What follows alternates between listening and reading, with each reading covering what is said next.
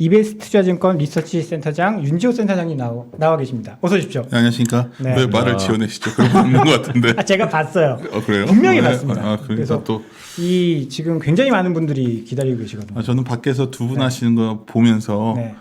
굉장히 긴장했어요. 왜요? 너무 진지하셔가지고 이거 이게 재밌게 하려고 했는데 어려운 질문 안 해주신 걸 약속을 해주시고 시작하기 전에. 궁금한 게 너무 많아요. 그렇지. 우리 저 잘 모릅니다. 그렇고 예. 궁금한 게 너무 많아서 오늘 질문을 좀 많이 드리도록 하겠습니다. 걱정인데요. 이거 네. 어떡하죠? 오늘 갖고 오신 내용이 반도체만의 문제냐, 반도체 먼저의 문제냐. 이게 사실 닭이 먼저냐, 달걀이 먼저냐. 그러네요. 그러니까 세 가지 주제를 갖고 왔는데 네. 예. 네. 첫 번째는 네, 자리가 좀 문제가 그렇죠. 있습니다. 네. 첫 번째는 이제 외국인들이 반도체를 팔았으니까 네. 이건 반도체만의 문제고 음. 뭐 반도체 외국인 좀 팔고 나면 나머지들 문제 없을 거야. 이게 오늘 하기 전까지 이런 말들이 좀 얼마 많아요. 전까진 그랬죠. 그래서 네. 저희들 하우스 입장은 과거 이제 뒤에 좀 보여드리겠지만 이게 보통 반도체부터 이게 수출 증가를 꺾일 때 좀 흔들리고 나면 나머지가 확산되더라고요. 그리고 아까 김대원 이코노미스트께서도 절 지적해 주셨는데 보통 그랬을 때 이머지 좀 흔들릴 때 이런 경향들이 좀 있었거든요. 피가웃되고 이럴 때. 그래서 그런 거 있을 수가 있겠다를 첫 번째 좀 얘기하고 싶었고, 두 번째는 누가 뭐래도 요즘에 화두는 결국 왜 이렇게 원화가 약하지? 깜짝 놀랐어. 이거 이러다가 진짜 농담처럼 천명 가는 거 아니야? 뭐 이런 고민을 하는데 사실 그 기억해 보면 과거에 이제 테이퍼 텐트럼이나 뭔가 미국 쪽이 통화 정책을 바꿀 때 이머징이 좀 흔들렸었거든요. 뒤에도 그 주제를 갖고 얘기할 텐데 최근에 유독 좀 특이했던 현상이 브라질에서 금리를 엄청 올리는데 네. 헤아라가 엄청 약세로 가더라고요. 한 3주 전부터. 네. 네. 우리도 마찬가지 아닌가요? 뭐 계속 금리 올린다는 얘기가 있음에도 불구하고 이건 왜 그럴까? 결국 미국 다 돈이 미국으로 가는 거 아니냐? 그래서 그런 고민들 두 번째. 그리고 네. 세 번째는 그래서 섹터 이슈들이 좀 있는데 뭐 이럴 때 바이오 된다 얘기부터 카카오는 어떻게 되지? 뭐 이런 고민들 이런 거에 대해서 한번 주제를 잡아왔는데 바싹 긴장하고 있는 중입니다. 네. 그래서 첫 번째 주제부터 그럼 좀 네. 얘기를 해볼까요? 반도체가 지금 조정받은 지 1월 이후부터 계속 조정받는데 네. 무너졌어요. 네. 그러면서 시장도 같이 무너지고 있거든요. 무너졌다는 표현보다 저번 주 수요일쯤에 네. 수요일인가요? 제가 헷갈리는데 휴가 가기 전이었으니까 네. 저번 주였던 것 같기도 한데 네. 저번 주예요. 그러니까 어떤 일이 있었냐면 이 그 트렌드 포스라고 이게 디램 익스체인지랑 같은 기관이에요. 근데 네. 제가 이제 계속 저희들이 업데이트해서 봐왔기 때문에 저희 반도체 담당자가 그래도 상당히 그 능력이 있는 친구여서 믿을만 할까요? 저한테 와가지고 뭐 전무님 뭐 전망치가 좀 더 안 좋아졌네요 얘기를 해주더라고요. 근데 왜 안 좋은 거였냐면 우리가 반도체 사이클이 좀 꺾이는 건 알았지만 좀 걱정됐던 게 4분기부터 좀 내려왔고 더 문제는 내년 1분기에 메모리가 거의 10%대로 빠질 수 있다는 얘기를 한 거죠. 근데 사실 이런 건 좀 우리 입장에서는 뭐 꼭 지나고 나서 애널리스트들 이런 말 한다고 욕도 많이 먹는데 네. 사실 6월에 보면은 7월에 이제 6월 데이터가 나왔는데 대만의 어떤 IT 업체들의 매출 감소폭이 좀 컸어요. 그러니까 원래는 6월이 분기 말이니까 당연히 줄어야죠. 근데 예를 들어서 그 어디죠? 제가 TSMC. TSMC도 한 16% QOQ로 줄었고, 네. 그다음에 아스스텍이라고 마더보드 만드는데 거기 마이너스 한 22%. 그다음에 미디어텍도 마이너스 15%이 정도 빠졌는데 사실 이렇게 생각하실 수 있어요. 이 그림을 보여드리면 이 그림 보면 이제 얘들이 이제 이렇게 전망치를 낮춰놨잖아요. 이게 네. 세일스포스 전망치인데 여기 보시면 내년 1분기에 보면 다운으로 15%. 그러면 야, 생각보다 내년 1분기까지 이게 많이 줄겠구나. 그리고 노트북 같은 게 추라가 이렇게 준다는 거예요. 네. 그러면 이제 노트북이 문제가 뭐냐면 우리가 디램 내에서 PC가 차지하는 비중이 한 15% 정도 되고 거기에 보면은 한 노트북이 한 10% 되는데 하여튼 이런 노트북 같은 데서 이런 메모리가 문제가 되면 다른 쪽까지 영향을 다 주거든요. 그래서 사실 이것들이 좀 안 좋은 건 알고 있었는데 갑자기 이제 이번 주 와서 이게 이제 반영시키면서 확 무너졌단 말입니다. 근데 이제 다음 페이지 그림 보시면 문제는 이런 고민이죠. 삼성전자를 왜 이렇게 메모리만 갖고 얘기하냐. 불과 얼마 전까지 뭐 삼성전자 하면은 펜스도 그렇고 다른 사업부도 뭐 좋아지는 것도 많고 그런데 네. 뭐 박재원 차장님도 그 생각하실 것 같고 다 네. 우리 뭐 4차 산업혁명을 다 얘기하고 있었잖아요. 뭐 파운드리 얘기하고. 그렇죠. 네. 파운드가 빨리 좋아졌어요. 그런 것도 없었고. 근데 이제 이게 삼성전자의 사업 분야 매출 비중인데 굉장히 높죠. 생각보다 막 70% 다 이러잖아요. 그러니까 일단 우리가 궁금한 건 이런 거예요. 이렇게 요새 주린이 분들이 많이 투자에 들어오셨으니까 나는 한 10년 보고 투자한 거야. 그럼 저희들 이야기 들으실 필요 없어요. 그렇죠. 네. 네, 뭐 저희 얘기 들어서 뭐예요? 저희 같은 사람들 김동희 의원도 계시지만 저희가 10년 뒤에 이 직업을 할 수 있을지 잘 모르는 거고 한 뭐 반 6개월이나 1년을 갖고서 우리는 항상 포트폴리오 리밸런스를 해가는데 네. 그렇게 놓고 봤을 때는 상당히 실적 전망치가 고민스러운 거죠. 그러니까 더 극단적으로 쉽게 말씀드릴게요. 그러니까 내년도 삼성전자가 거의 뭐 70조 대 나온다고 알고 있거든요. 네. 이게 근데 이제 컨센서스가 뭐 거의 뭐 그렇게 높게 보신 분들도 있고 뭐 거의 70조 가까이 될 거예요. 그러니까 PER이 싸 보이는 거죠 지금. 근데 만약 50조 대 한 중반 나오면 올해랑 비슷하면. 지금 우리가 이제 2018년도 19년도에 한번 겪어봤지 않습니까? 그렇죠. 네. 그거예요. 네. 그러니까 지금 PER이 이렇게 싼데 왜 못 올라가지? 어떤 분은 밸류에이션이 이렇게 EPS 비해서 너무 싸다 생각될 수 있지만 아니야. 이 숫자가 틀린 거 아니야? 이거에 대한 고민 아닐까 싶어요, 저는. 저도 모르겠어요. 근데 이제 이거를 좀 고민스러운 거. 근데 이제 이번에 이제 좀 우리가 여기에서 힌트를 얻었던 거는 저희 담당자 자료에서 발췌한 건데 네. 이게 이번에 삼성전자가 디램 출하 증가 전망을 보여줬는데 이게 파란색 선이 아까 말했던 그 조사기관의 전망치고 출하. 네.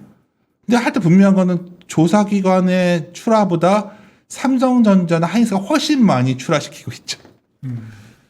그러면 이건 어떤 의미인가요? 더 많이 찍어내고 있는 거죠. 오버캐파가 나오는 건가요? 그러니까 이게 그러지 않을 수 있는데 네. 시장에서는 이제 주식이라는 거 우리가 딱 6개월 전 정확히 사업하는 사람들은 아무도 모르는 거예요. 네. 근데 이제 어떤 분들은 수요가 엄청 강해서 된다고 얘기하겠지만 또 어떤 사람들은 야 이거 혹시 재고 쌓기나 되는 거 아니야? 사실은 제가 여기 이코노미스트가 있을 때 얘기하는 걸 제일 싫어하는데 왜냐면 이게 날 뚫어지게 하면서 비판거리를 찾고 있기 때문에 그래도 이제 지금 메모 많이 해놓으셨죠? 이거 질문은 안 하는 걸로 생각하고서 그래서 공급주가 우리가 이제 부상되다 보니까 이게 왜 문제가 되냐 이제 본론을 들어가죠. 첫 번째 주제 반도체만의 문제가 아니라 보통 반도체가 이런 사이클이 나오고 나면 반도체가 보통 먼저 이렇게 시크릿까지 픽아웃하고 나머지도 뒤따라가더라고요. 약간 선행하나요? 다른 산업이? 그러니까 우리나라에서 워낙 크고 어쩌면 이게 물론 다른 뭐 산업들도 있겠지만 이게 우리나라 이제 수출 증가율과 영업이익률 보통 수출 증가율이 꺾이면 영업이익률도 꺾였고 사실 우리가 매출 먼저 꺾이면 나중에 이익도 꺾이지 않았나요? 보통 그렇죠. 그거죠. 네. 그걸 그림으로 우리가 본 거고 아래 보면 특히 반도체 수출 꺾이고 나면 한국 수출도 꺾였다는 거죠.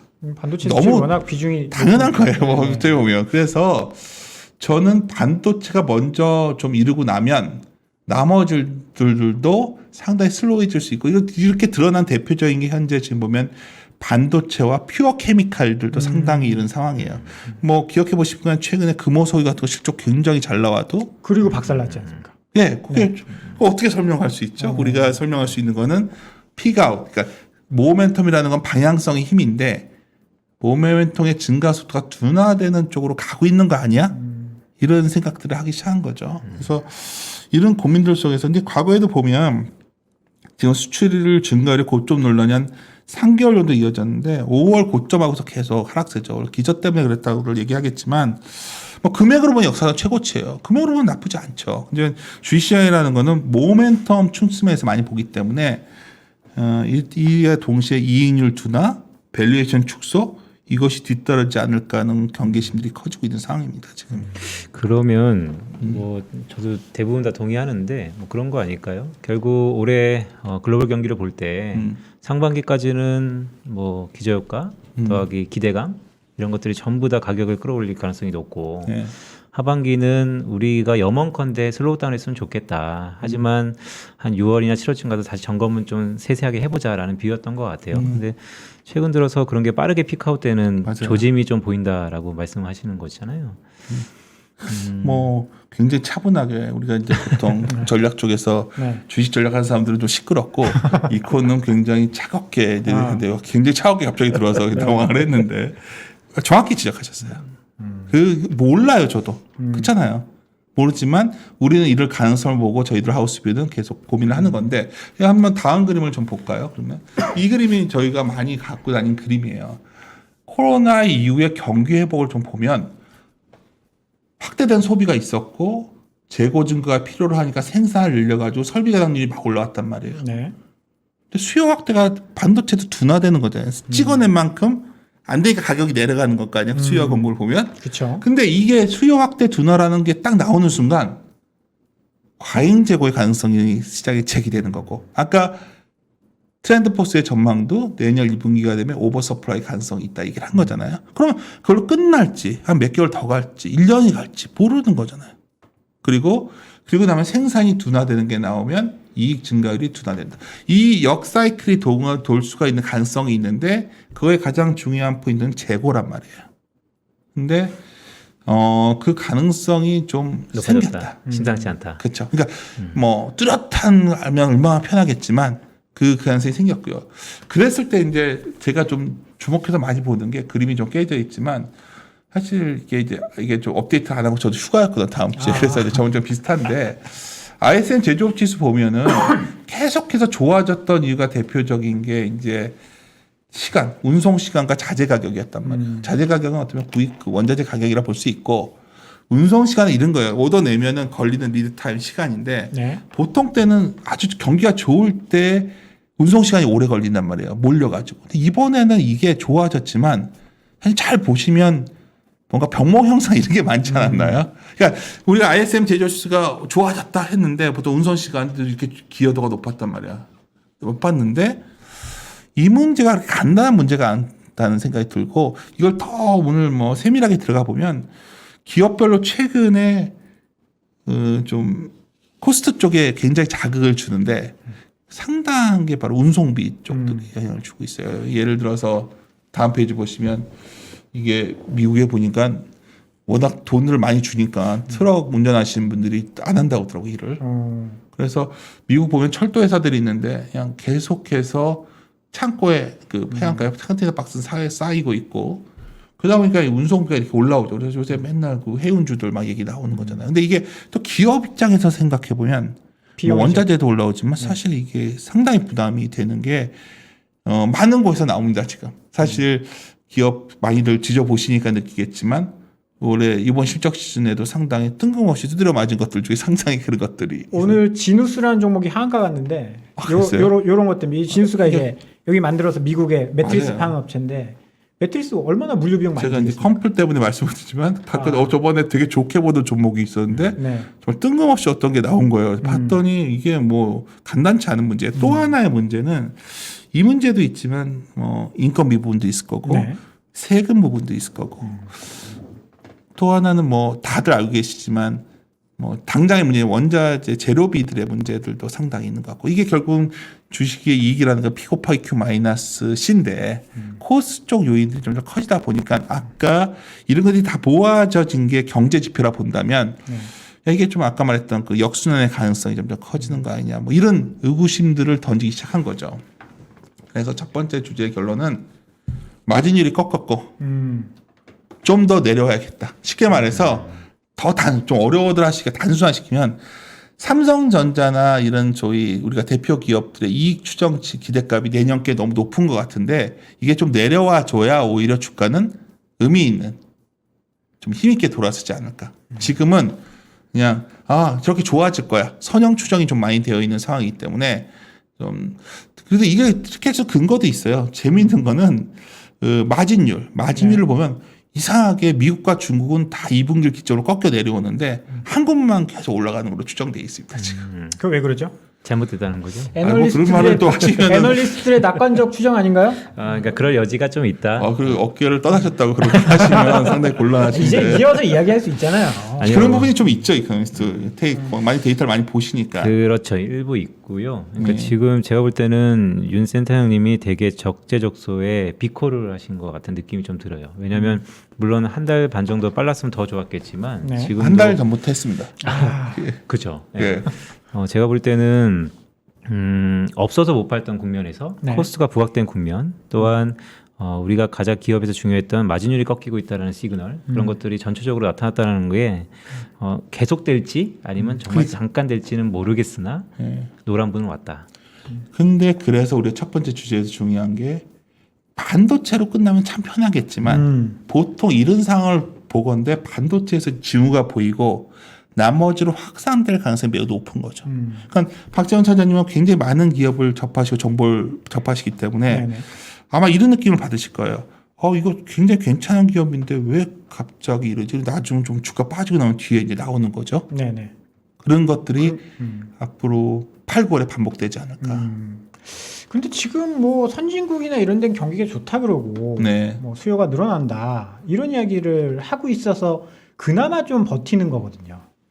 그렇죠. 근데 네. 이제 뒤에 그 두 번째 주제에 좀 얘기를 하려고 그러는데 이거 그럼- 마무리 짓고 하자면 네네. 다음 그림 보면 근데 다행히 긍정적 시그널이 좀 나와요. 드디어 영업이익 컨선이 꺾이기 시작해서 우리 시장이 이렇게 이게 좀 꺾인 게 이제 긍정적인 시그널이 돼요. 왜냐하면 좀 내려와야 된다. 근데 지금 너무 기대가 높아요. 눈높이가 너무 높다라는 그러니까 말씀이시죠? 이게 문제인 거죠. 이게 내려오지 우리가 이제 유동성 장세에서 실적 장세로 넘어가야 된다 말을 많이 해요. 네. 우리가 이제 유라가미 군이요. 저희도 지금도 다 보실 거예요. 4개.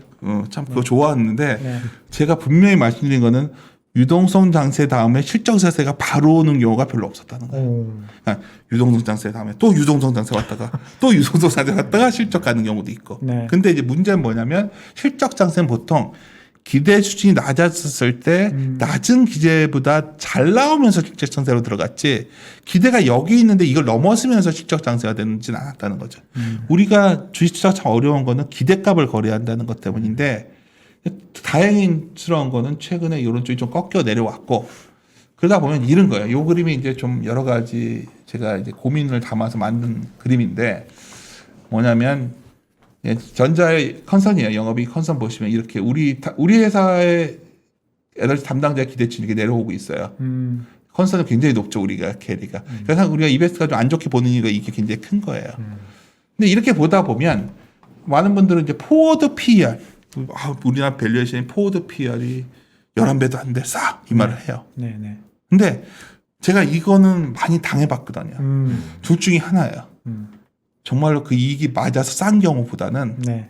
보통은 그 우리가 추정한 값이 틀린 경우가 많았다는 거죠. 이거 오늘 자꾸 저희가 네. 직업을 디스해가지고 좀 그런데 그렇다면 여기서 삼성전자 이익 컨센서스가 만약 하향된다면 오히려 하향된다면 상당히 가능성이 많이 생길 건데 지금은 이제 좀 하향되기 시작한 것 같다는 거죠. 하향은 왜 될 것 같냐면 반도체 가격이 내려오잖아요. 네. 아까 전체 이익의 70%가 메모리니까 그냥 반도체가 꺾이면요 2천만짜 쑥 내려오거든요. 4분. 주가도 같이 내려오지 않습니까? 근데 그러면 그렇게 되면 내려와 있으면 어느 정도 이제 바닥권이 되겠죠. 근데 여기서도 이제 많은 분들이 저는 그래요. 사실 이렇게 바로 빠질 줄 몰랐어요. 제가 사실은 전자 한번 반등 나왔다 빠지지 않을까 인사도 계속 그 생각을 했어요. 왜냐하면 개인들이 받쳐주고 있었기 때문에. 근데 네. 만약에 빠진다면 어딜까? 과거에 보통 삼성전자 이런 건 그래서 이렇게 EPS로만 잘 안 봐요. 왜냐하면 이거는 옛날에 지금이야 이렇게 큰 회사지만 옛날에 현대전자, 하이닉스가 네네네네. 적자 나면가지고 뭐 담배값 주가 할 때도 그쵸. 있었어요. 네. 그렇죠. 그래서 항상 보면은 PBR로 보는데 PBR로 보면은 이제 중간 레벨, 과거 히스토리컬 중간 레벨이 전자가 한 7만 5천 원 정도 그 정도 있고 하이닉스는 사실 중간 레벨이 깨졌어요. 한 12만 원 정도의 느낌이 깨고 내려왔고 저 하단까지 가는 경우는 거의 없어요. 이거는 아침에도 어디서 제가 이 얘기해서 오해들 하시는데 밴드 레벨 하단은 위기 때나 가는 거예요. 그게 이제 전자가 한 5만 5천 원, 하이닉스가 하이스가 그게 한 8만 원 정도 돼요. 그러면 사람들은 거기까지 안 가고 그 위 중간 레벨과 그 사이에서 어느 정도 의미 있는 레벨이 나오겠죠. 근데 바닥은 나오겠지만 확 치고 올라갈 수는 없다는 거죠. 여기서 자꾸 바닥에 어느냐가 중요한 게 아니라 우리가 힘을 갖고 올라가려면 이 이익 조정이 좀 되고 나면 힘이 있을 텐데 그게 앞으로도 한두 분기 더 거치지 않을까요? 왜냐하면 내년 1분기에 반도체 가격이 정말 이렇게 빠진다면 그 추정치를 반영을 아마 올 4분기쯤 하지 않을까요? 이게 저는 되게 걱정스럽고 무섭게 들리는데 왜요? 그게 기회가 오는 거잖아요. 그렇죠, 그렇죠. 이게 네. 안 가지고 계신 분들은 기회가 오는데 네. 개인 투자자들이 지금 9만 원대 물려 계신 분들이 굉장히 많단 말이에요. 근데 제가 이제 우리 회사에서도 이제 저희 하우스가 이렇고 네네. 저희 이제 그 많은 고객을 많이 상대하시는 우리 연불리 같은 경우에는 이제 네. 전자를 장기적으로 말을 많이 하고 다니거든요. 근데 네. 저 항상 그 친구랑 할 때 제가 같이 일을 많이 했었기 때문에 장기적으로는 제가 전자에 대해서 구조적으로 그걸 얘기할 수 있는 없다 봐요. 왜냐하면 이럴 수도 있죠. 갑자기 전자가 삼성전자에서 어느 날 갑자기 자사주 매입 소각 발표를 해요. 자사주를 이만큼 사가지고 네. 소각해버리겠다. 그날 삼성전자 질려야 됩니다. 두 번째, 삼성전자가 정말 성장한 기업을 듣도 보도 M&A. 예상 못했던 기업을 사요. 예상 뻔한 거 말이에요. 암홀딩스 이런 거. 하는 거 사면 그것도 질러야 돼요. 네. 세 번째, 미국에 공장을 짓는데 수요처가 있는 공장을 지면 수요를 매칭시켜가지고 뭐 이렇게. 그러면 그것도 나쁜 뉴스는 아니에요. 그냥 그런 뉴스가 나온다면 전자는 순식간에 올라갈 거예요. 근데 그거를 지금 시점에서 우리가 그렇게 될 거야 얘기할 수는 없는 거잖아요. 그렇죠. 네. 그렇게 본다면 우리가 지금 갖고 있는 펀더멘탈한 환경 속에서 아까 말했던 여러 가지 매크로 환경이 여러 가지 결합해서 봤을 때 앞으로 한두 분기 정도는 상당히 전자는 어쩌면 재미는 없겠다. 저는 이런 생각을 갖고 있습니다. 당연히 지수도 상당히 제한적이지 않겠나 보는 이유고요. 이게 어떻게 보면 당연한 이야기일 수도 있는 것 같은데 그러면 외국인이 파는 이유도 이제 그런 데 있다라고 보시는 겁니까? 그러니까 제가 약간 말씀드린 거는 애널리스트라는 게 뭐 대단한 집단이 아니기 때문에 네네. 남들보다 조금 빨리 그런 데이터를 어디서 뒤져보고 자료도 읽는 거예요. 네네. 이미 그런 의견이 많이 나왔었고 최근에 의견이 좀 강해졌을 뿐이에요. 예를 트렌드 포스의 전망을 보면 이미 4분기에 줄어들어서 내년 1분기는 마이너스 간다는 얘기가 다 있었어요. 네네. 다만 우리 시장에서는 그러한 뭐 이제 전자나 이런 쪽은 메모리 기업이 아니야. 뭐 이런 식의 어떤 구조적 성장론 이런 게 너무 힘을 받았던 거죠. 근데 저는 뭐 그 얘기도 맞고 근데 지금 시점에서는 전체적으로 뭔가 글로벌하게 뭔가 스텝이 꼬이니까 약한 고리에 있는 것들이 약한 고리의 부분들이 공격을 받는 거죠. 근데 반드시 지향에 대해서는 뭐냐면 뭐 외국인의 공격이라던가 뭐 그냥 나쁜 놈, 음모설 이런 거 없습니다. 그냥 그 시간에 따라서 적응해가는 시기예요. 우리가 어떤 기대값을 적응해가는 시기에 있는데 제가 보기엔 다 요약해서 한마디로 말하면 이게 픽아웃 된다는 것들. 픽아웃이라는 단어가 불과 3개월 전쯤에 제가 좀 떠들고 다닐 때는 굉장히 낯설하고 거부감이 컸지만 네. 이제는 굉장히 공감을 얻는단 말이에요. 픽아웃돼서 막 꺾여서 부러진다가 아니라 모멘텀의 속도가 픽아웃 되는 거거든요. 그 뒤에 다시 돌아오는 시기가 여기서 바로 내일이야. 다음 주야는 아니라는 거죠. 최소한. 그렇다면 적절한 리스크 관리 같은 게 필요하지 않겠는가 저는 보고 있습니다. 뭐 궁금하신 거 아까 많다고 하시더니 왜 그러니까 의견이 되게 선배님이라고. 그러니까 제가 볼 때는 윤 센터님이 엄청난 비코를 하신 거예요. 최근에 계속해서. 네. 그리고 반도체 의견이 되게 분분합니다. 그런데 이렇게 볼 수도 있고 또 맞아요. 선반영됐다고 볼 수도 있는 상황이긴 해요. 정확히 말씀하셨습니다. 하지만 선반영보다는 저도 이제 매크로를 봤던 입장에서 지금은 의심적인 것들이 상당히 지표가 눈에 보이는 것들이 안 좋기 때문에 거기에 대부분 공감하는데 근데 저희 댓글창에서 쭉 봤지만 일단 이런 거죠. 그러니까 펀더멘털리 다시 한번 턴어라운드 되기에는 적어도 6개월. 그러니까 좀 빨리 급격하게 가격 진행됐으니까 올 4분기까지는 최소한 좀 만만치 않겠다. 그러니까 눈이 오기 전까지 힘들다라는 것이 기본적으로 깔더라도. 근데 이게 잘 안 맞는 게요. 저는 올해 이게 연초부터 좀 이럴 줄 알았어요. 사실은. 전자가 그래서 욕도 많이 먹었는데 이유가 뭐냐면 보통 전자부터 이렇게 흔들리기 시작하면 나중에 확산됐었기 때문에 그랬는데 굉장히 강한 시장이에요. 강한 이유는 이제 두 번째 주제로 넘어가서 있는데 왜 강했냐 하나잖아요.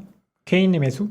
그게 다른 말 뭔가 하면 유동성이라 할 수 있고 네. EPS가 그래도 PER 재평가가 가능했다. 근데 이제 여기에도 약간 흠이 생기기 시작했죠. 약한 고리가. 네. 왜냐면 최근에 이런 거죠. 미국 증시가 강한데 아침에 일어나서 보면 왜 우리 지금 못 쫓아가지? 그러니까요. 한마디로 말하면 이게 새롭진 않아요. 항상 이랬었어요. 언제 그랬냐? 미국이 정책을 변경할 때 이랬었다는 거죠. 그래서 다음 주제 이제 이 미국과 이 EM은 다르다 했는데 이제 이 그림이 뭐냐면 최근에 제가 가장 좀 독특했던 게 이거예요. 이 그림이에요. 왜냐면 브라질이 이제 뭐 여러 가지 브라질이 하여튼 금리를 막 여기 보십시오. 이 정도 올리는 건 굉장히 가파르게 올리는데 요때 헤아라가 이렇게 무너져요. 그래서 뭐 보통 이럴 때 이코노미스트 앞에서 이런 얘기하는 걸 제가 제일 싫어하는데 그러니까 뭐 한 말씀 해주시죠. 이코노미스트 제 생각은 그랬어요. 시각으로 봤을 때 상당히 이상하다. 그리고 뭐 그땐 그랬어요. 낮은 백신 접종률 때문이다. 얘기를 하지만 보통 이게 뭔가 미국은 굉장히 견고한데 여기는 왜 이렇게 고리가 약한 고리로 가지? 금리를 올려도 다른 말은 여기 돈이 빠져나가니까 금리 올리는 거 아닐까요? 그래서 조심스럽게 미국의 국가들이 이랬을 때의 특징이 과거에도 있었다는 거죠. 이게 언제였냐면 예. 그래서 이제 뭐 이제 바로 나오겠지만 뭔가 빨라지는 것 같아요. 다 컨설이 뭐였냐면 잭슨 미팅 이제 하잖아요. 근데 네. 뭐 언급하고 9월 FOMC에서 이제 어떻게 하겠다 하면 네. 내년쯤 할 줄 알았거든요. 네. 그냥 올해 하는 것 같아요. 제 생각에는 올해 시작하는 것 같고 이게 문제가 아닌 것 같아요. 그냥 원래 우리가 다 그랬거든. 그냥 우리 원래 좀 그래요. 청취자분들이 아셔야 되는 게 누가 한번 김도원 이코노미스트 같은 분이 이제 이런 저한테 얘기를 하는 거예요. 내년에 테이퍼링 하는데 매달 100억 불씩 할 거야. 이렇게 얘기해주면 그게 진짜인 줄 알고 우리가 다 똑같이 얘기해. 그게 컨센서스예요. 네네네. 근데 지금 돌아가는 꼴을 보니 150억 불 이상 할 것 같거든요. 8개월, 6개월에 끝낸다는 말도 있어요. 지금 월스트리트저널 얘기하면. 그러면 굉장히 급격히 전환이 오는 거잖아요. 그러니까 물론 돈을 죄는 건 아니지만 수도꼭지 돈을 유입하는 속도를 줄이는 거가 별거 아니라 생각하시겠지만 분명히 어딘가에는 연결고리를 좀 흔들 수가 있는 상황인데 저는 그 부분이 원래 이 컨센서스 저희 하우스뷰는 이렇게 컨센서스대로 되어 있는데 사실 이건 만들어 놨던 거고 이게 좀 빨라지나 왜 요번 주 저번 주부터 급격해졌나의 배경 중에 하나는 이게 있지 않나 좀 생각이 좀 들거든요. 근데 그렇다고 보기에는 지금 미국 금리는 생각보다 그다음에 낮은 다음 수준이- 그림인데 네. 미국 잘 사겠죠. 네. 주가도 미국이 좋고 네. 채권도 미국 거 사고 네. 달러 사이가 달러는 강한 거죠. 그리고 지금 우리가 저게 있잖아요. 그 뭐죠? 뎁슬링이 좀 제한돼 있으니까 그게 어떤 국채 발행도 적고 하니까 여러 가지가 이유가 있는데 요 과거에도 보면은 미국채 수요가 막 늘어났었거든 과거에. 기억나세요? 2015년에 우리 항상 보면은 갑자기 용어가 생겨요. 모르고 있다가 그때 보시면은 이때 보면 그 테이퍼 텐트럼 이후에 미국은 굉장히 견조했잖아요 주가도요. 네. 이 이머징만 이렇게 흔들렸어요. 브라질 그때 기억이 나가지고 얘기했던 거예요. 이번에도 좀 비슷한 부분이 똑같진 않겠지만 그래서 중국도 보면은 최근에 뭐 여러 가지 구조조 스마트 뭐 다 얘기하는데 핵심은 이렇게 돈 많이 풀겠다는 얘기가 아니거든 여기도. 그래서 제가 드리고 싶은 말씀은 그림을 제가 좀 축약해서 빼먹었는데 결국은 2015년에 그 뭐죠 프레자일 5인가 가지고 나라도 기억 안 나요. 그때 그다 프레자일 8도 나왔다, 프레자일 10도 나왔는데 깨지기 쉬운 나라들에서 막 돌아가면서 이게 뭐 문제가 됐었는데 아까 그래서 제일 먼저 제가 브라질 헤어하라 보여드렸던 거예요.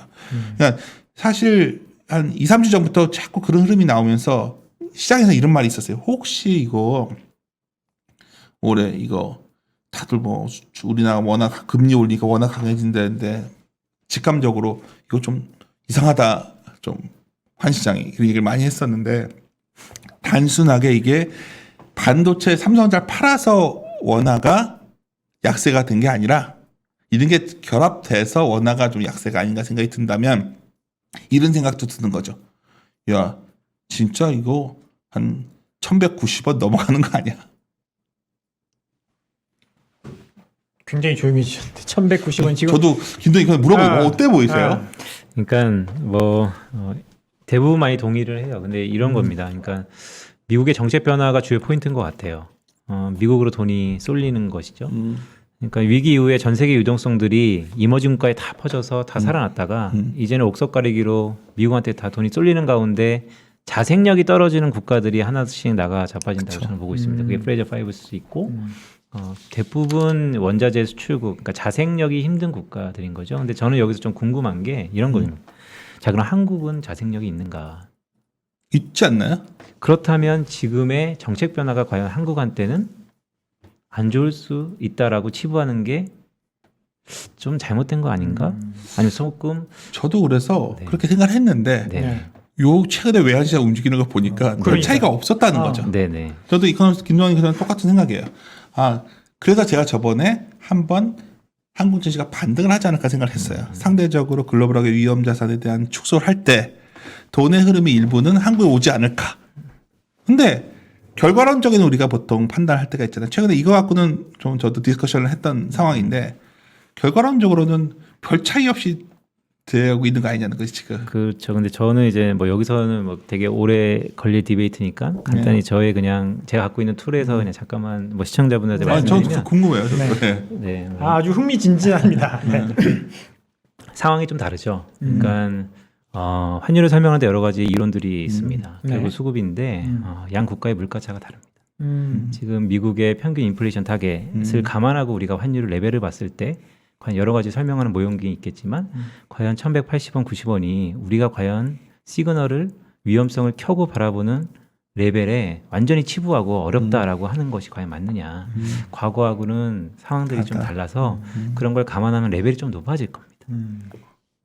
역시 뭔가 더 정교하고 모델을 얘기하시고 갑자기 제가 뭐 환율 막 이렇게 물가 자신 이런 없어지고 얘기, 있어요 네. 지금. 근데 저는 이제 윤 센터장님 이야기를 듣다 보니까 문득 이제 떠오른 이야기인데 이 브라질이 이제 주가가 떨어진 것들을 저도 이제 뭐 오늘 자료나 이런 것들 보면서 원자재 가격이 떨어지면서 이제 맞아요. 해야 그런 것도 있잖아요. 그러면 우리도 마찬가지인 것 같아요. 반도체 가격이 떨어진다? 브라질이 이제 원자재를 먹고 사는 국가인데 우리나라는 반도체를 먹고 사는 국가잖아요. 그렇게 되면 반도체 가격이 떨어진다? 이익 떨어지고 외국인이 팔고 나갈 수 있는 뭐 그런 이제 여건들이 만들어지는 게 아닌가. 참 이게 우리가 이제 얘기하다 보면 우리가 인과관계를 어떤 논리를 증거하기 위해서 네. 인과관계 A가 원이다 뭐 이렇게 얘기를 하지만 원이 엉뚱할 수도 있는데 참 좋은 지적이세요. 네. 근데 이제 이러다 보니 제가 이제 여기서 이 말을 왜 꺼낸 거냐면 한 지켜볼 시간인 것 같아요. 지금 이제 정말 이렇게 빨라질 건가? 미국이 테이퍼링을 정말 이렇게 구체화하고 그다음 정말로 그 정도로 빠르게 축소할 수 있을까? 저는 약간 반신반의하거나 솔직히 말하면 시장에서 왜 그렇게까지 확대해서 근데 이게 저희도 헷갈리잖아요. 똑같이 헷갈리고 있는 거예요. 제가 봤을 때는. 전 세계가 그러니까 헷갈리고 있는데 만약 그게 아니면 급속히 다시 후퇴하겠죠. 그러니까 그거를 이 시점에서 미래를 정확히 말해달라. 전 못해요. 알 수 없으니까. 근데 분명한 건 지금은 이러한 위험을 반영하고 있기 때문에 제가 분명한 건 그게 어떤 구체화되기 전까지는 상당히 조심스럽다는 걸 자꾸만 반복되는 거고 또 하나 자꾸 뒤져보는 거예요. 제가 그러면 그런 문제가 있어도 뭔가 국내의 힘에 의해서 버틸 수 있지 않을까 얘기를 하다가도 다음 그림 한번 보여드릴까요? 이 그림이 참 제가 깜짝 놀랐어요. 저희 신중호 팀장이 그려놓고서 저한테 이 정도인지도 몰랐습니다 했던 그림이에요. 뭐냐면 2020년에 IPO가 27.5조더라고요. 그러니까 이 막대기가 잘못 그려진 줄 알았어요. 보통 RA를 시켜서 잘못 나올 때가 있거든요. 그림이. 잡아서 혼내시죠. 아니 그러진 않아요. 근데 놀랍지 않아요? 네. 제가 이게 직접 현장에 계시니까 느끼겠지만은 뭐 어마어마한 금액이 들어온 거죠. 그래서 근데 이걸 갖다가 이제 과거에 좀 좋은 인과관계를 찾아보려고 좀 시도를 또 해보고 있는데 뭐 이래서 무조건 나쁘다 이 얘기를 드릴 수는 없어요. 좋은 우리 자본시장이 진화하는 모습으로 볼 수도 있는 거고. 근데 굉장히 좀 흥분해 있는 상태의 표시기도 해요. 그리고 사실은 IPO는 다른 말로 하면 매도예요. 공급이 증가하는 거지 그쵸. 않습니까? 네. 그럼 상당히 물량이 나왔구나. 그리고 다음 그림이 이제 제가 요즘 많이 말하고 다니는 그림이에요. 이거는 오늘 이코노미스트가 사회자가 아니었으면 안 가져왔을 그림인데 할 수 없어요. 저도 이거 되게 궁금했던 네. 겁니다. 네. 제가 이제 저는 많이 보던 거예요. 뭐냐면 제가 궁금한 건 뭐냐면 굉장히 구조적 개인의 자금에 의해서 전자도 덜 빠졌고 제가 봤을 때는 전자가 더 빠졌을 텐데 전자 개인들에 의해서 버틴 거예요. 제가 봤을 때는. 네네네. 근데 사실은 뭐 구조적으로 돈이 들어온 힘도 있지만 또 일부는 상당히 레버리지에 의존했을 확률이 높다. 전 보고 있어요. 그런 레버리지의 근원을 자꾸 증권사 신용을 얘기하지만 제가 최근에 계속 주목해 본 거는 이 마이너스 통장 대출이에요. 그렇죠. 네.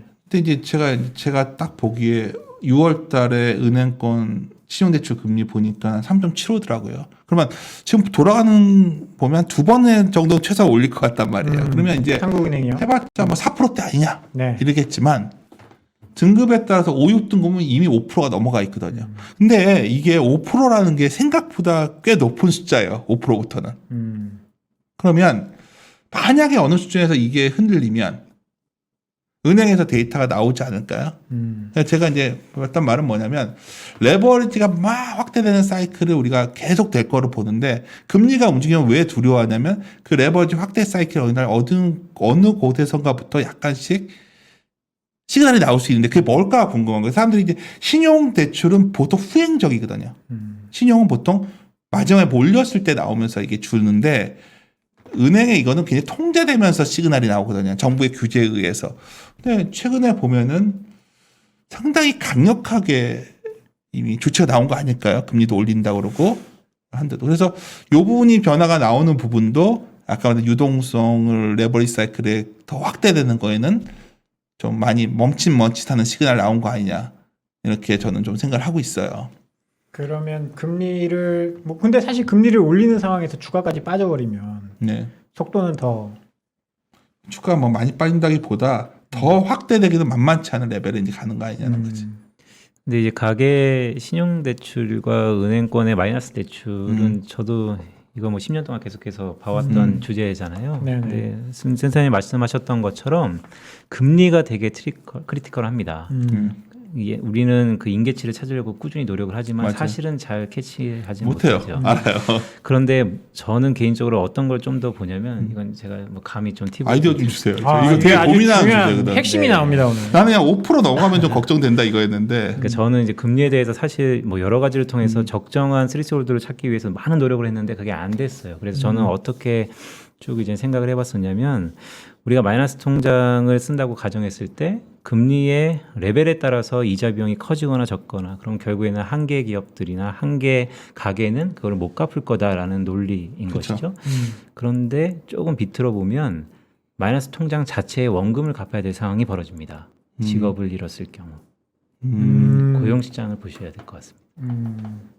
고용 시장은 나아지지 않을까요? 고용시장이 조금 변화가 구조적으로 있을 때 이런 금리보다도 훨씬 더 이 가계대출은 주식시장에 직결적으로 즉각적으로 영향을 미칠 수 있기 때문에 왜냐하면 직업을 잃어버리거나 제가 금융권에서 스타트업으로 이직했잖아요.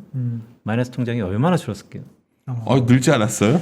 줄었죠. 아니 그렇단 말이에요. 아니 은행에서 얘기 내가 김두환인데 이러면서 그래서 네. 그런 것처럼 코로나 이후에 구조적인 가계 변화에 대해서 마이너스 통장에 현재 지금 임계치를 엄청 찾고 싶어 하시는 거잖아요. 네. 그걸 찾을 수 있다. 궁금해요. 좀 더 아이디어를 좀 이제 말해줬으면 좋겠는데 왜냐하면 이거를 아니 어디가에 뭔가 보통 우리 같은 사람들은 이제 전략하던 사람이니까 얘기하기가 편한데 어떤 그런 걸 딱 찾았을 때 쉽게 이렇게 비콜이 들어갈 수가 그렇죠. 있는 타임이거든요. 몇 퍼센트가 되면 뭐 무너진다. 이런 무너진다까지는 아니지만 안 좋다. 보통 이렇게 우리가 영향을 축대 준다. 같은 데 조그만 구멍이 생기면 이게 서서히 구멍이 넓어지면서 어느 날 무너지겠지만 그 구멍의 징후가 뭐냐는 거죠. 그랬을 때 결국 금리가 그래서 중요하거든요. 주식시장 볼 때 금리가 뭐 할인의 성장주냐 이런 논리보다 더 중요한 거는 결국 멀티플을 얼마나 확장할 수 있냐의 핵심은 여기에 깔려 있는 건데 우리가 여기서 맨날 미국채 10년 이거 얘기해봤자 우리한테 안 하다 할 때도 많아요. 사실은 지나고 나서 그림 그리면 예쁜데 사실 당장 우리가 투자하는 사람들은 뭐에서 압박감을 느낄 것이냐. 제가 궁금한 거는 지금 주식 쪽으로 많이 돈이 들어와 있는 젊은 세대나 그런 돈이 많은 사람 말고 그런 분들은 어느 순간인가 굉장히 당황할 것인가. 마냥 행복하지는 않았다는 게 우리 투자에 있어서 이랬던 배경이거든요. 그래서 이걸 고민하는데 이건 아직까지 제가 좀 결론을 잘 못 내리겠지만 보고 있고 그래서 결론은 네. 국가별로 상당히 차별화될 것이다. 이유는 두 가지인데 결국 백신 접종률의 차이가 가장 크죠. 그럼 우리도 한 11월쯤 되면 되게 좋아질 것 같은데 11월 되면 거의 다 그렇죠. 맞는다라고 합니다. 저도 뭐 네. 그때 되면 좀 더 나아지지 않을까. 아직 안 맞으셨습니까, 아주 선생님? 1차 맞았죠. 아, 네. 아스트라제네카 맞았어요. 근데 아. 저는 네. 전 지금 백신 예약해야 되는데 아직도요? 지금 8시에 지금 해야 되는데 지금 방송 때문에 못 하고. 그렇습니까? 좀 빨리 맞으시고. 근데 이제 또 문제는 또 이염의 테이프랑 자금 유출 우려가 이 두 가지가 겹친 것 같아요. 이 두 가지가 겹치니까 이거에 따라서 경기 상황과도 계속 연동되고 있는 느낌이 점점 강해져요. 물론 ISM 제조업 지수, 그러니까 제조업 경기 PMI 봤는데 서비스업은 더 극명해요. 제가 보기엔 이 두 가지가 겹쳐나가니까 이 조합을 가장 좋은 데는 어디냐? 선진국이죠. 여기는 백신 접종도 많이 맞았고 그죠? 네. 사실 테이퍼링이나 선진국이가 자금 유출률도 적고 이게 둘 다 안 된 나라는 되게 힘들어지는 것 같고 베트남이 여기 있거든요 지금 인도네시아 말 이런 쪽들이 다 여기 있고 우리나라는 여기에 있는데 하여튼 이런 걸 감안해서 좀 국가별로 계속 차별화가 커지니 동조하는 굉장히 가능성이 낮다는 거죠. 선진국은 선진국대로 가고. 그렇죠. 최소한 미국이 오늘 어디 올랐으니까 우리가 오를 거라는 논리는 잘 안 맞을 확률이 높죠. 당분간은. 그게 이제 두 번째로 말씀드리고 싶었던 거였어요.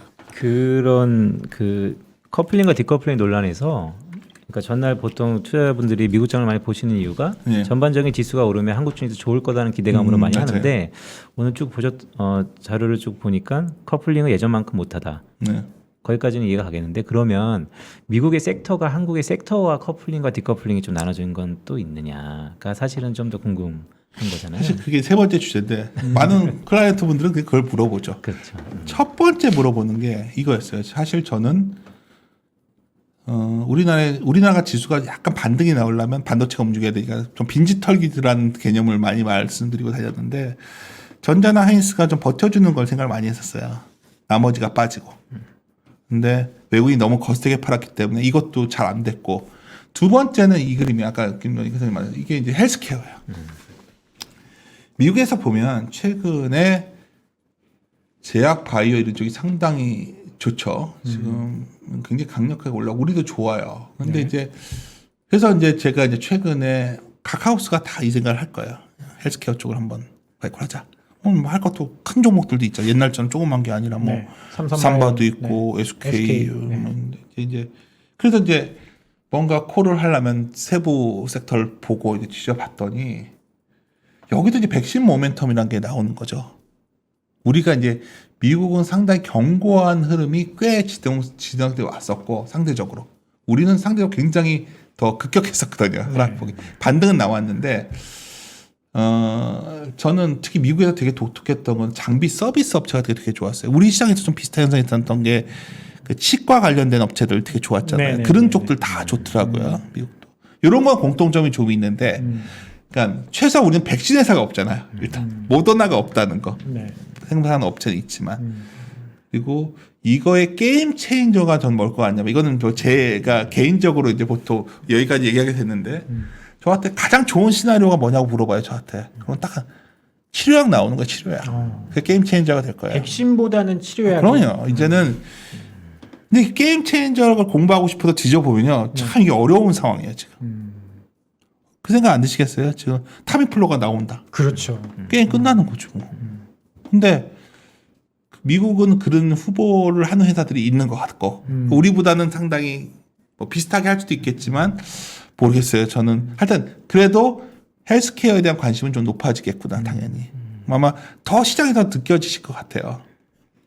요거가 첫 번째고요. 두 번째는 제일 고민스러운 거예요. 이제 사람들이 시가총액 상위 10종목을 딱 놓고 보면 삼성전자 하이닉스 있고 네이버 카카오 있고 삼성바 있고 이제 딱 우리나라가 상당히 성장형 네, 시가총액 성장주가 많이 바뀌었잖아요. 올라왔죠. 근데 네. 이게 이랬을 때 이제 저희 같은 노땅들이 이제 장점이 하나 있어요. 네. 과거에 많이 당해봤다는 거죠. 제가 잊지 못하는 사건이 한미약품이에요. 2015년경 맞습니다. 뭐. 네. 한미약품이 그때 다른 제약회사는 다르다. 그래서 한미약품은 다들 연구하고 정말 회장님이 옛날 약국 시절부터 다 알고 있어요. 다 이제 주워 들어가지고 다 알고 있어요. 그때 한미약품도 PBR이 한 8배 넘어간 뒤에 피가웃 했었거든요. 기억나실 거예요. 박 차장님도 업계 오래 계셨으니까. 네네. 아모레퍼시픽 기억나세요? 그렇죠. 너무 대단했죠. 우리 그때 있죠. 저는 중국 사람들이 영원히 우리나라 화장품만 쓸 줄 알았어요. 저는 사실 시골에서 올라왔거든요. 네. 대구에서 올라왔는데 명동이 중국인 줄 알았어요. 그러니까 2012년도에. 근데 요즘은 없잖아요. 그거 아세요? 최근에 화장품 기업 실적 보면 거의 중국 다 쇼크잖아요. 그러니까 이게 뭐 이게 비교하면 좀 그렇지만 이게 이제 한두 번 당하니까 네. PB 한 8배 이상 넘어가는 기업에 대해서는 일단 당하지 말아야지 이렇게 좀 생기는 거죠. 근데 좀 다른 것 같아요. 하지만 카카오도 PBR 9배가 넘어갔단 말이에요. 그렇다면 근데 여기서 자기 매크로 하는 사람들이 안 좋은 습관이 있어요. 이렇게 꼭 수출 증가율을 같이 그려놔요. 이게 이거 이제 거짓말 같지만 이상하게 네. 아까 처음 주제로 넘어갈 수가 있는데 반도체만의 문제냐 반도체가 먼저냐 했을 때 반도체 꺾이고 보통 그때 히트 쳤던 것들도 결국 꺾였거든요.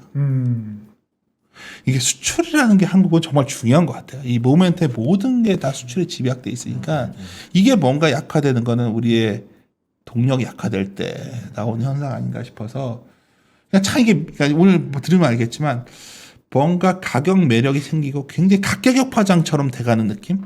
얼마나 힘든 장이라는 거죠 지금이. 이게 되는 줄 알면 바로 역전도. 카카오마저도 이런 고민이 좀 드는 상황이니까. 박재영 차장님 아마 이거에 대해서 반론이 있으실 것 같은데 요새 카카오에 대해서 굉장히 강한 그 확신들 계신 분들이 많은 것 같은데. 저는 뭐 사실 그렇지는 않은데 네. 저 수출 그림을 보니까 저렇게 수출이 잘 될 때는 조금 비싸도 용인을 해주는 것 같고. 이게 정확한 말인데요. 네, 수출이 좀 안 될 때는 저렇게 비싼 건 안 되겠구나. 약간 그런 것 같기도 하고. 참 한국이라는 게 이제 우리가 이제 저는 뭐 이코노미스트가 아니기 때문에 네. 그 정도로 뭐 경제 데이터를 엄밀하게 보진 못하지만 그냥 대략 수출과 매출의 연동성을 이해하고 그 소위 마진과의 연동도 보통 많이 연관을 하는데 이 수출 증가율이 꺾일 때는 상당히 조심스러워요. 그러니까 올해 심플했어요. 저는 5월이면 기저로 꺾일 텐데 그때부터 조심스럽다는데 그 다음에 다시 도는 타임이 언제냐는 뭐 부러진다고 보진 않지만 하여튼 그런 상황도 여기서 확인이 됐다. 또 하나 그랬는데 맨날 안 좋은 얘기만 했는데 그럼 뭘 할까? 근데 아까도 얘기했지만 시장에서 막 항공주도 박살나고 요새 이것 때문에 저도 맨날 요새 리오프닝 얘기했다가 야 이건 뭐 더 빠지더라고요. 근데 이제 코로나가 이렇게 확산되는데 리오프닝. 네. 근데 저는 그러니까 이런 거예요. 항상 저는 기대가 낮은 것들이 컸다. 제가 잊지 못하는 종목이 작년에 저희가 지금 타사로 이직한 어떤 애널리스트가 바이콜 했던 종목이 SBS라는 회사가 있었어요. 정말 욕을 많이 먹었어요. 주가 너무 많이 빠져서. 근데 그때 했던 논리대로 지금 많이 올라왔는데 결국 제가 드리고 싶은 말씀은 그 미래에 확장할 수 있는 기대감의 영향이 뭐가 많이 남아 있을까? 저는 11월쯤 가면 우리도 어느 정도 주사를 좀 많이 맞고 나면 이쪽에 좀 가능성이 있지 않을까 봐서 이번에 현재 고생스럽지만 그래도 어느 정도 포트폴리오 이쪽을 채워가야 되지 않을까 보고 있어요. 그래서 아까 말씀드렸지만은 굉장히 오래 어쩌면 좀 저희들이 조심스러워했던 반도체 수출 기업들도 어느 정도 피가웃되고 나서 그 밸류에이션 레벨로 크게 안 오르겠지만 저점을 찾아갈 때 그것도 포트폴리오 재편에 좀 활용을 하고 또 하나는 리오포닝 관련된 것들도 좀 정비에 가는 좀 사실은 이렇게 어떤 우리가 방송 나와서도 이쪽이 아주 좋아 보인다 자신 있게 외칠 때가 좋은데 올해 지금은 그렇게 만만치 않은 상황. 여기서 뭐는 예외고 뭐는 더 좋아진다 얘기하기도 보통 이렇게 파도가 한번 휩쓸려서 올 때는 자유로운 것들이 별로 없거든요. 그래서 이런 국면에서 일단은 잘 리스크 관리가 우선시 돼야 되지 않나. 그래서 저도 결론 부분에서 좀 더 자신 있게 뭘 말씀드려주고 싶은데 사실 올해 굉장히 좋게 봤던 게 자동차였어요 저는. 그래도 싸고. 정말 수출도 잘 되고. 실적도 좋고. 근데 저번에 실적 나온 거 봤더니 그렇게 좋진 않았죠. 그러니까 뭐 좋은 줄 알았는데 안 좋더라고요. 그러니까 이런 하반기에 좋아진다고 하고. 그렇죠. 이제 그런 고민들 그리고 이제 뭐 여러 가지 소재 쪽들도 이제 저희가 하우스에서도 효성 계열들 여러 가지 좋게 말했었는데 스판텍스 같은 것도 내년 한번 잘 보시면 그렇게 녹록지 않아요. 좀만 기업 지져보면 이런 모든 문제들에 대한 의구심이 아직 안 풀렸을 때 우리가 공격적으로 최소한 레버리지를 크게 느낄 타임은 아니지 않겠는가가 아마 오늘도 재미없는 제 결론이 아닐까 이렇게 생각합니다. 오늘 김 팀장님 어떻게 들으셨습니까? 저는 몇 가지 단어가 좀 내리에 박히는데요. 네. 일단 리스크를 그러니까 위험을 조금 조정할 때라는 거는 뭐 많은 분들이 느꼈던 것 같습니다. 하지만 11월이라는 거 일단 11월이라는 숫자가 조금 여러 가지 생각도 있으면서도 그럴 수도 있겠다라는 생각을 하는 거고 아까 말씀드렸던 그 가계부채는 사실 저는 실물경제에서 고용시장과 매우 밀접한 연관이 있다. 대출 연장이 안 될 수도 있다. 그 가능성이 있다 봐요. 그거는 고용시장에 대해서 좀 다른데 결국 한국은 유니온 자체가 그러니까 고용시장 자체가 미국처럼 탄력적이진 않죠. 그렇기 때문에 그나마 훨씬 더 버퍼가 있는 거지만 금리 인상기에 고용시장의 구조적 변화가 같이 나타났을 때 사례들을 좀 엮어보면 일부 약간의 리스크 요인도 있을 수 있다. 그래서 저는 금리를 두세 번 올린 내년 언제쯤? 내년 봄쯤이 훨씬 더 조금 승부처가 될 수 있지 않을까라는 개인적인 생각을 갖고서 좀 바라보고 있거든요. 근데 그런 의미에서 보면 최근에 조금 빨리 왔었던 이 반도체 사이클의 의견이라든지 아니면 더 나아가서 우리가 디커플링 됐던 여러 가지 이유들 근데 결국 이제 환율로서 많은 것들이 설명이 되겠지만 오늘 맨 마지막에 보면 그래도 11월 달 리오프닝은 조금이라도 갖고 가자라는 어쨌든 대안 아닌 대안 거기에서 저는 많이 되게 지루하셨던 것 같은데 표정이 굉장히 지루했던 것 같아서 그래 정리를 참 잘해주신 것 같아요. 네, 네. 저보다 훨씬 정리를 잘해주시는데 네. 그 반도체 얘기부터 시작을 해가지고 이제 이머징 시장이랑 저도 이것도 기억나요? 선진국이랑 이머징 시장이랑 이제 같이 가진 않을 수도 있다. 그러니까 전에 미국 올랐다고 그쵸. 환호할 시장은 아닐 수 있다. 뭐 이런 이야기도 좀 기억에 남는 것 같고요. 네. 그러면 정리가 어떻게 좀 잘 된 것 같습니까, 선생님? 뭐 하고 싶은 말 했는데 두 분 표정들이 뭔가 떨떠름한 표정이어서 제가 아니요. 그래요. 저 네. 굉장히 재밌게 얘기를 했어요. 저도 네. 생각이 많이 정리됐고 네. 네. 그럼 마지막으로 네. 지금 사실 지난주에 이어서 오늘까지 굉장히 힘들었던 네. 시장이거든요. 센터장님이 시청자 여러분들한테 한번 해주고 싶으신 뭐 조언이라든지 뭐 하시고 싶은 말 있으면 마지막으로 부탁드리겠습니다. 제가 페이스북에 가끔 이렇게 좋아하는 사람들 글을 올리는데 네. 갑자기 그 글이 하나 그런 거 질문을 갑자기 하셨기 때문에 네. 좀 찾아서 읽어도 될지 모르겠네요. 네. 보면 어떤 분이죠? 하워드 막스예요. 하워드 막스. 어. 제가 하워드 막스의 책을 워낙 좋아하기 때문에 네. 거기서 최근에 읽었던 것 중에서 제일 위험한 게 이런 거죠. 리스크가 낮다는 믿음과 불확실함에도 수익을 낼 거라는 확신은 대중의 판단을 마비시켜 조심하고 손실을 두려워해야 한다는 걸 잊게 만든다는 거죠. 그리고 가장 문제는 이 기회를 못 잡을까 하는 불안부터 이랬을 때 이 리스크가 왜 커지냐면 놓친 기회에 대한 리스크를 집착하기 때문에 생긴다는 거죠. 팔고 나서 오르면 어떡하지? 아니요. 지금 못 사면 어떡하지?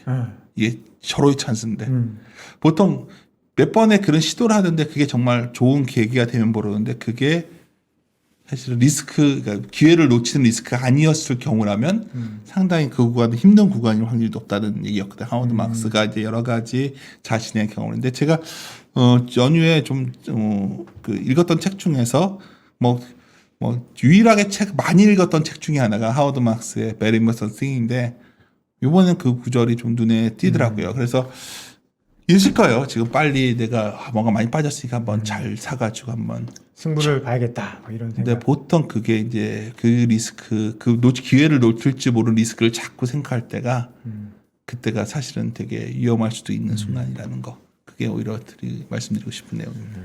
오늘 좋은 말씀 정말. 그리고 갑자기 물어봐서 페이스북 갑자기 찾았습니다.